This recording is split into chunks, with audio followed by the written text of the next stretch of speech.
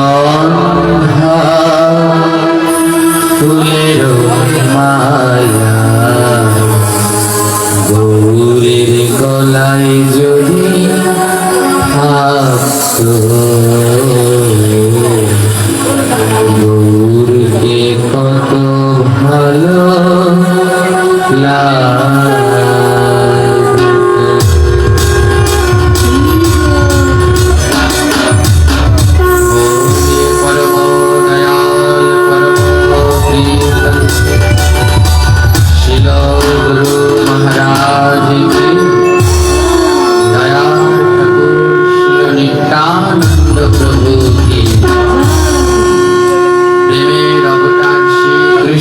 चैतन्य महाप्रभु के परमेश्वर भगवान श्री कृष्ण चंद्र के अपार करुणा में श्रीमती राधा ठाकुरानी की जगत जननी माता महामाया की परम वैष्णव श्री भोलानाथ शंकर बाबा के अंधकार हरि कथा की जय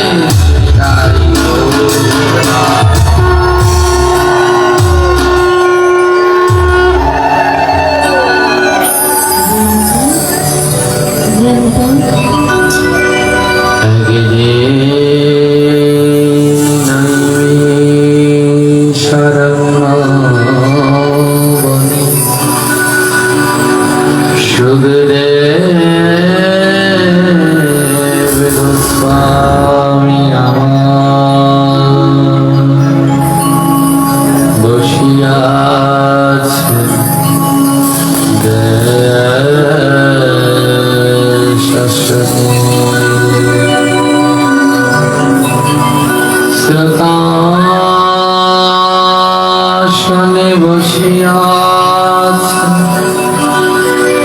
কত জ্ঞানী গুণী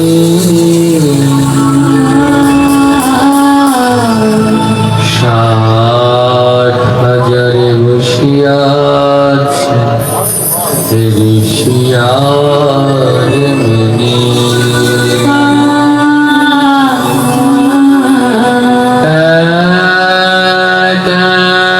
পরিশ্রম সুখদেবে করেছে আলোচনা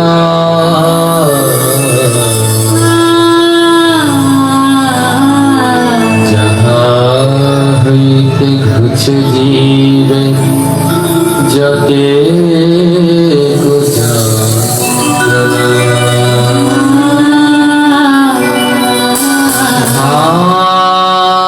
ভগবান কথা মৃত পরম মধু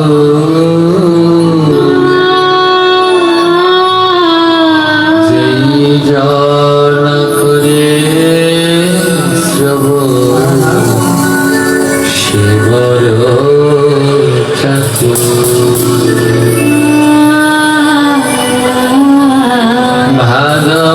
ভাগবত কথা মৃত যে করে কীর্তন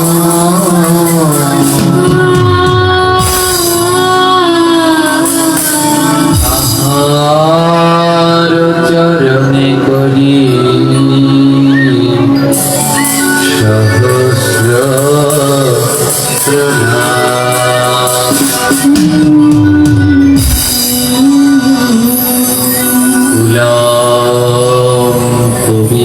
পবিত্রম জননী পিতার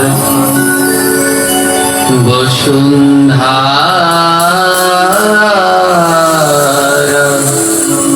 বসতি সোয়া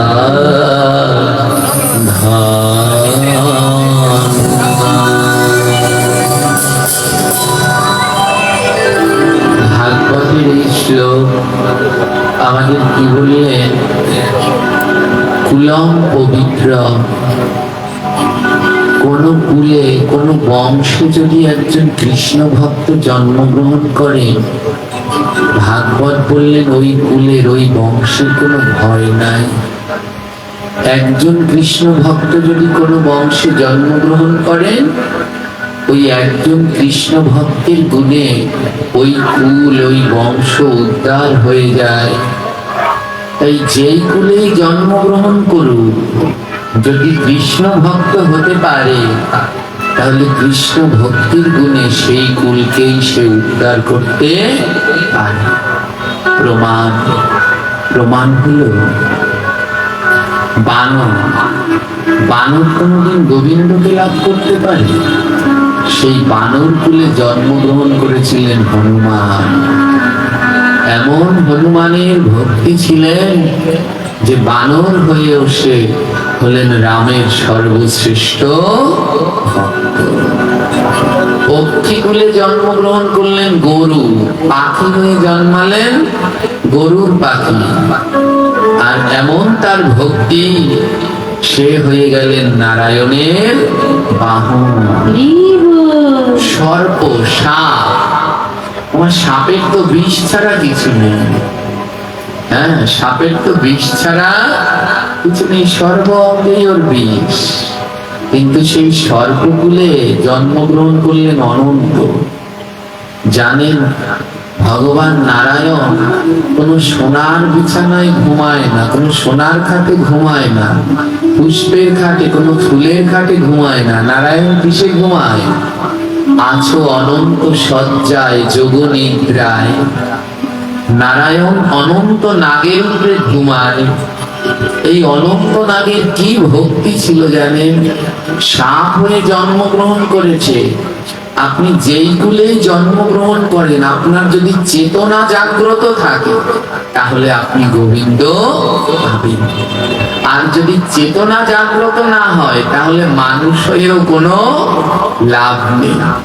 আমরা মানব কুলে জন্মগ্রহণ করেছি, কিন্তু চেতনা জাগ্রত নেই। তাই মানব হয়েও গোবিন্দকে পাওয়া সম্ভব নয়। তাই যেই কুলেই জন্মাক, সবার আগে চেতনা জাগ্রত থাকতে হবে। আপনি সারা জীবন কৃষ্ণ নাম করলেন, কিন্তু মৃত্যুর সময় আপনি কৃষ্ণকে ভুলে গেলেন, সারা জীবনে কৃষ্ণ নাম আপনার বিফল।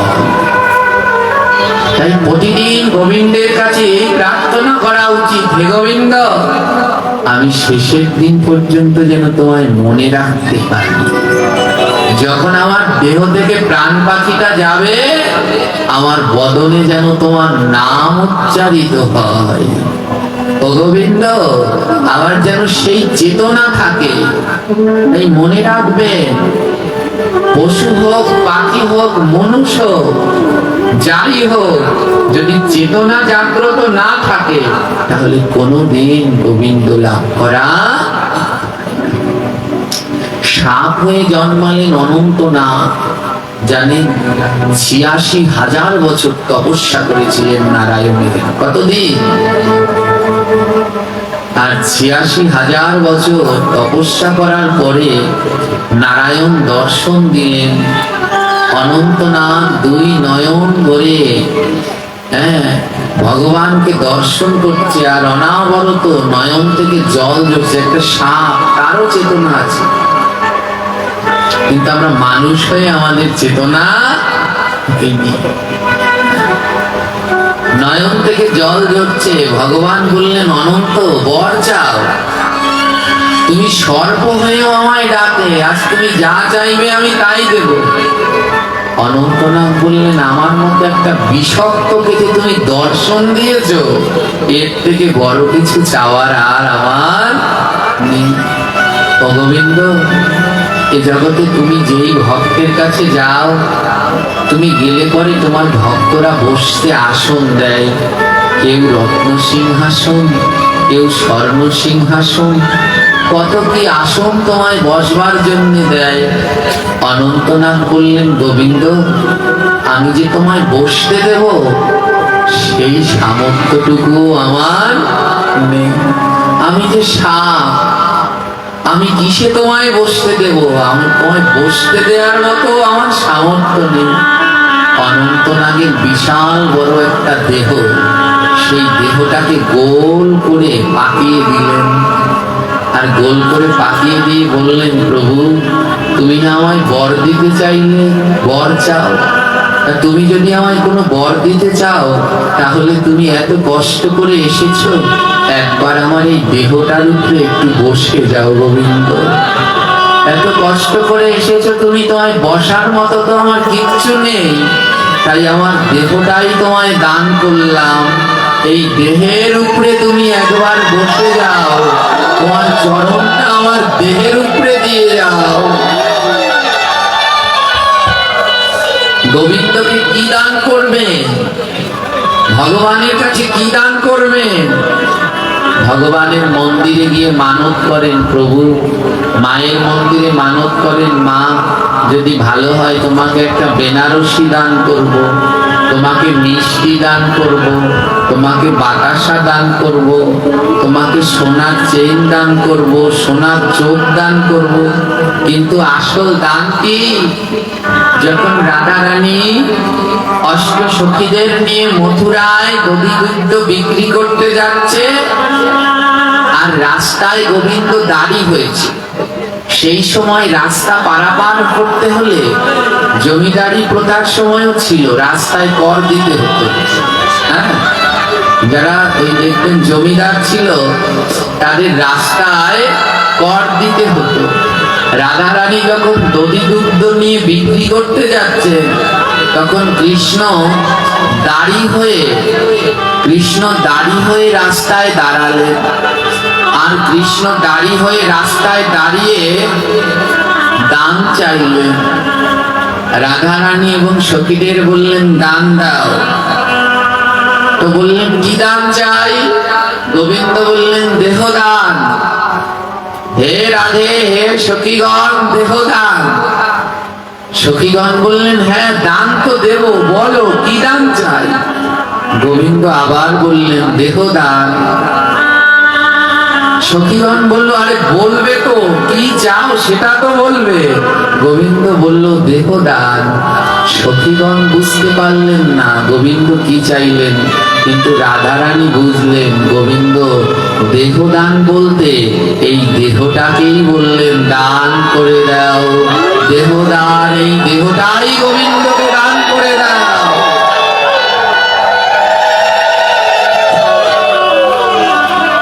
এই দেহটাকে গোবিন্দ সেবার জন্য দান করে দাও। আমার শ্রী গুরুদেব অষ্টোত্তর শত মুরারি দাস বাবাজি মহারাজ, তার কাছে অনেকে যেতেন বৃদ্ধ সময়ে যে কান্নাকাটি করতেন। সংসার তো বড় যন্ত্রণার জায়গা, এখানে কোনো শান্তি নেই। যে একবার জড়িয়ে গেছে সে আর এই জাল থেকে মুক্তি পায় না। তো অনেকে গিয়ে গুরুদেবের কাছে কান্নাকাটি করতেন। আমি দেখতাম গুরুদেব একটা কথা বলতেন, তো বয়স হয়ে গেছে, ছেলে মেয়েরা এখন আর খাওয়াতে চায় না, পড়াতে চায় না। তখন বলতেন, বাবাজি আমাকে নিয়ে যান আপনার সাথে, বাবাজি আমাকে নিয়ে যান আপনার সাথে। তখন গুরুদেব একটা কথা বলতেন, উচ্ছিষ্ট ফল কি আর গোবিন্দ সেবায় লাগে? কোন ফল যদি একবার কাকে, কাঠবিড়ালি পাখিকে খায়, ওটা আর গোবিন্দ সেবায় লাগে না? লাগে। ভগবান বললেন দেহদান, কিন্তু এই দেহটা এমন উচ্ছিষ্ট হয়ে গেছে, ছেলের সেবা, মেয়ের সেবা, স্বামীর সেবা, স্ত্রীর সেবা, হ্যাঁ ভাইয়ের সেবা, বন্ধুর সেবা, কতজনের সেবায় লাগতে লাগতে আমার গোবিন্দের সেবায় আর লাগা হলো না। তাই এই দেহটা আর গোবিন্দের নামে দান করা হলো না, এ দেহ উচ্ছিষ্টই রয়ে গেল। অনন্তনাগ তার দেহটাকে বিছিয়ে দিলেন, প্রভু একবার আমার এই দেহটার উপরে তুমি বসে যাও। এত বড় দেহ দিয়েছ, কি করব এই দেহ দিয়ে? তুমি একবার আমার দেহের উপরে বসে বিশ্রাম নিয়ে যাও।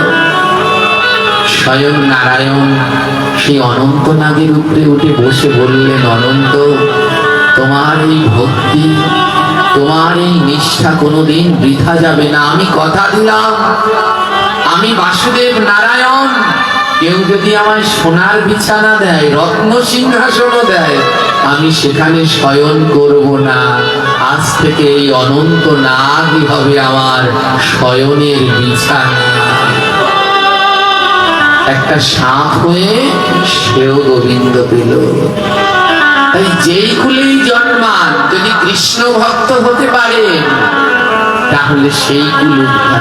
তোমার অসুর হয়ে কোনোদিন গোবিন্দ পায়? অসুর কুলে জন্মে অ্যান্সার আসবে না। অসুররা আবার পায় কি করে গোবিন্দ? অসুররাও গোবিন্দ পায়। অসুর কুলে জন্মগ্রহণ করেছিলেন প্রহ্লাদ। প্রহ্লাদের বাবার নাম কি? জোরে বলুন। অসুর ছিল না? তাহলে প্রহ্লাদ অসুর না? অসুর, কিন্তু এমন কৃষ্ণ ভজন করলেন, অসুর হয়েও জগতে শ্রেষ্ঠ ভক্ত হয়ে রইলেন। তাই যেই কুলে জন্মান, যদি কৃষ্ণ ভক্ত হন, সেই কুলই উদ্ধার। তাই ভাগবতে এই শ্লোক বললেন, কুলম পবিত্র। কোন কুলে যদি কৃষ্ণ ভক্ত জন্মে, ওই কুলের ভয় নাই, ওই কুল উদ্ধার হয়ে যায়। আর কি? জননী পিতার্থা। জননী, যে মায়ের গর্ভে একজন কৃষ্ণ ভক্ত সন্তান জন্মায়, ওই মা কোনো সাধারণ মা না, ওই মাকে বলা হয় রত্নগর্ভা মা। আর যে মায়ের গর্ভে কৃষ্ণ ভক্ত জন্মায়, সেই মা হয় পিতার্থা। মনে রাখবেন, আমাদের শাস্ত্রে বলছে একজন কৃষ্ণ ভক্ত সন্তান মাতা পিতাকে উদ্ধার করতে পারে। কে পারে উদ্ধার করতে? কৃষ্ণ ভক্ত সন্তান। কিন্তু আমাদের একটা ব্যাধি আছে, আমরা মনে করি বংশে যদি ছেলে না হয় তাহলে মা বাবার কোনো উদ্ধার নেই।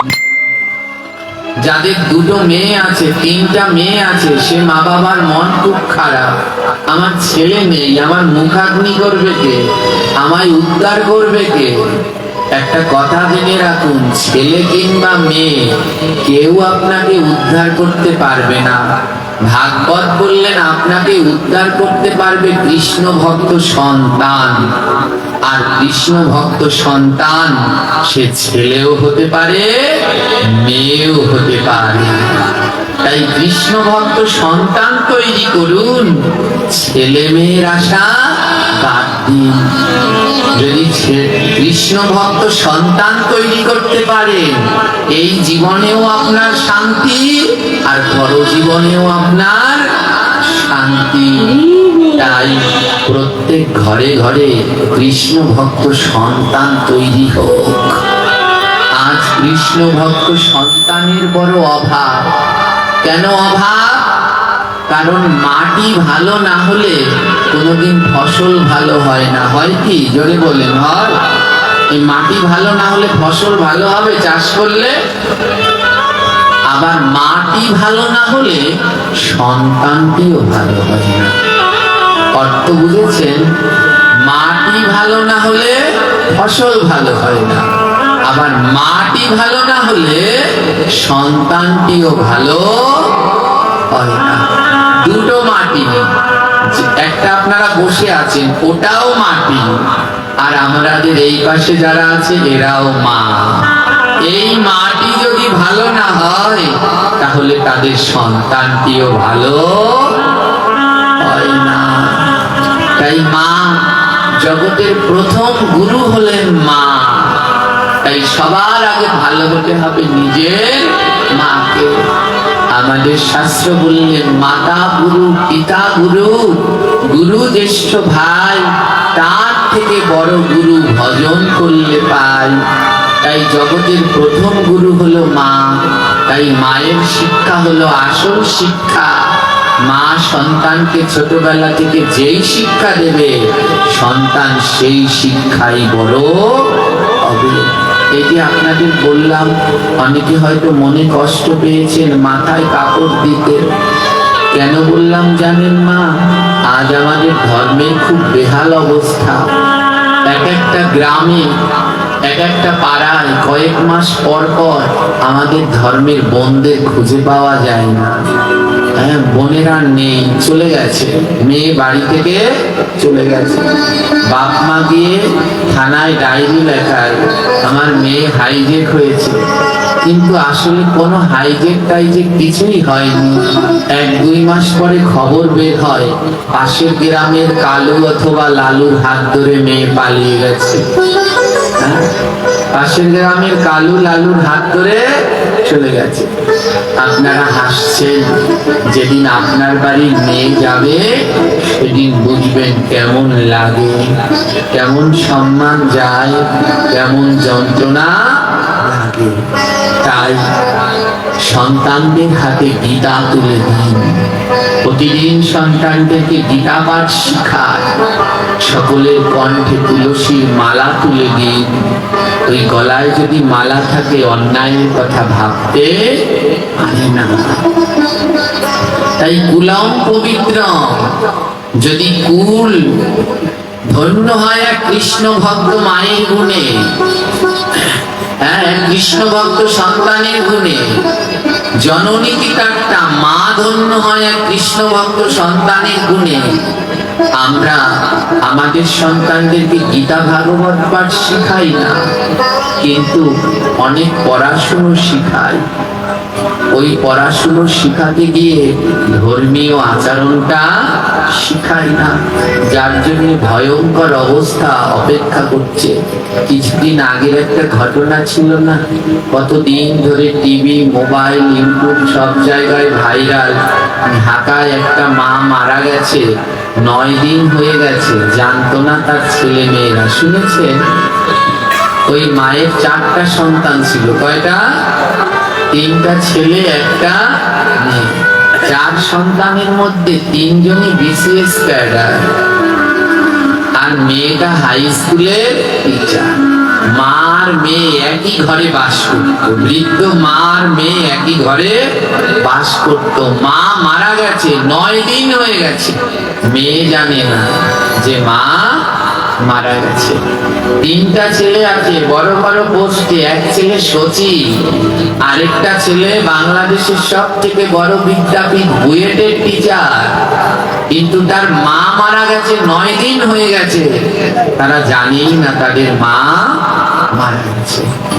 একজন মাকে কতখানি কষ্ট করলে তার 3টা ছেলেকে বিসিএস কমপ্লিট করানো যায় বোঝেন?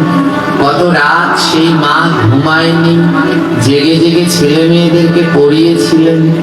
কিন্তু ওই মায়ের বড় দুর্ভাগ্য, মৃত্যুকালে না সেই ছেলেদের পেলেন, না সেই মেয়েকে পেলেন। মরে পড়ে আছে 9 দিন ধরে। 9 দিন হয়ে গেছে, মেয়ে জিজ্ঞেস করছে, হ্যাঁ রে, কাজের মেয়েকে জিজ্ঞেস করছে, আরে মাকে কতদিন ধরে দেখি না, মা কি করছে দেখ তো ঘরে গিয়ে। নিজেও গেলেন না, মেয়ে নিজেও গেলেন না, কাজের মহিলা গিয়ে দেখে তার মা মরে পচে নাক মুখ দিয়ে পোকা বেরোচ্ছে। ওই মা ভুল করেছিলেন, ছেলে মেয়েদের অনেক পড়াশোনা শিখিয়েছেন, কিন্তু ধর্ম শেখায়। হে কৃষ্ণ ভক্তগণ, এটো আজ একটা ঘরের ঘটনা, আর কিছু বছর পরে এই ঘটনা প্রত্যেক ঘরে ঘরে ঘটবে, যদি আমরা আমাদের সন্তানদেরকে কৃষ্ণ শিক্ষায় শিক্ষিত না করি। তাই প্রত্যেক ঘরের সন্তানদেরকে অবশ্যই কৃষ্ণ শিক্ষায় শিক্ষিত করা উচিত। সকালবেলা ঘুম থেকে উঠলে বাচ্চাদের হাতে চায়ের কাপ, বিস্কুট, লুডুস দেয়া নয়। সকালবেলা ঘুম থেকে উঠলে বাচ্চাদের হাতে গীতা তুলে দিন, নাও, গীতার একটা শ্লোক হলেও পাঠ করো। কিন্তু কখন করবে? যদি আমি না করি বাচ্চারা করবে?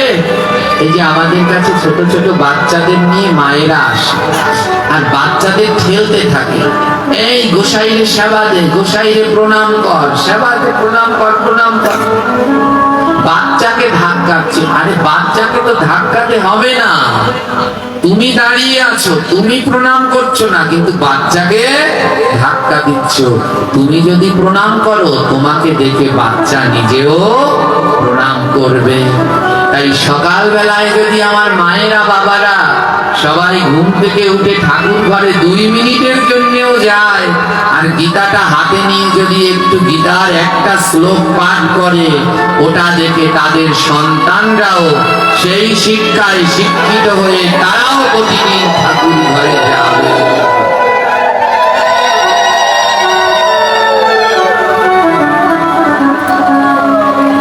বসুন্ধরা বসতি চ সয়াধন্যা। একজন কৃষ্ণ ভক্ত জন্মগ্রহণ করলে মা বসুন্ধরাও ধন্য হয়ে যায়। এই বসুন্ধরার উপরে অনেক পাপ, তাই মা বসুন্ধরা প্রতিদিন কেঁদে কেঁদে গোবিন্দের কাছে মিনতি জানায়, ও গোবিন্দ, আরেকজন কৃষ্ণ ভক্ত সন্তান এই পৃথিবীতে পাঠাও, কারণ আমি বসুন্ধরা, আমি মুক্তি হই ভক্তের চরণ ধুলিতে। তাই তুমি যদি আরেকজন কৃষ্ণ ভক্ত পাঠাও তাহলে আমি আরেকজন কৃষ্ণ ভক্তের চরণ ধুলি পাবো।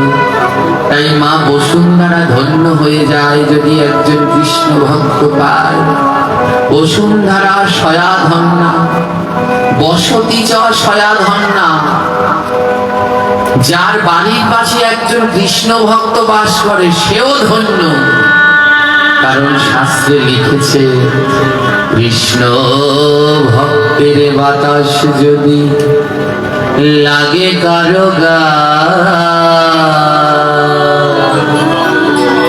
শত জন্মের পাপ তার দূর হয়ে যায়। বলে কোন কৃষ্ণ ভক্তের বাতাস যদি গায়ে লাগে তোমার 100 জন্মের পাপ দূর হয়ে যাবে। তাই আপনার বাড়ির পাশে যদি একজন কৃষ্ণ ভক্ত থাকে তাহলে তার বাতাস যদি প্রতিদিন আপনার গায়ে উড়ে গিয়ে লাগে আপনার 100 জন্মের পাপ দূর হয়ে যাবে। বলে কৃষ্ণ ভক্তের আর কি কোনো গুণ আছে? আমার গোবিন্দ বলে আছে, কৃষ্ণ ভক্তের চরণে ধুলি যে বামাকে অঙ্গে, প্রাণ গোবিন্দ বলে আমি থাকি তার সঙ্গে। বলে কেউ যদি কৃষ্ণ ভক্তের চরণ ধুলি অঙ্গে মেখে নেয়, আমার গোবিন্দ বলছেন আমি সবাইকে ছেড়ে গেলেও যে ভক্তের ধুলায় অঙ্গে মাখে আমি তাকে ছেড়ে যাই না, আমি তার সঙ্গে সঙ্গে থাকি। বলে কৃষ্ণ ভক্তের আর কি কোনো গুণ আছে? বলে আছে কি? কৃষ্ণ ভক্তের অঙ্গ পরশ যে করে একবার, সার্থক জন্ম তার হইবে।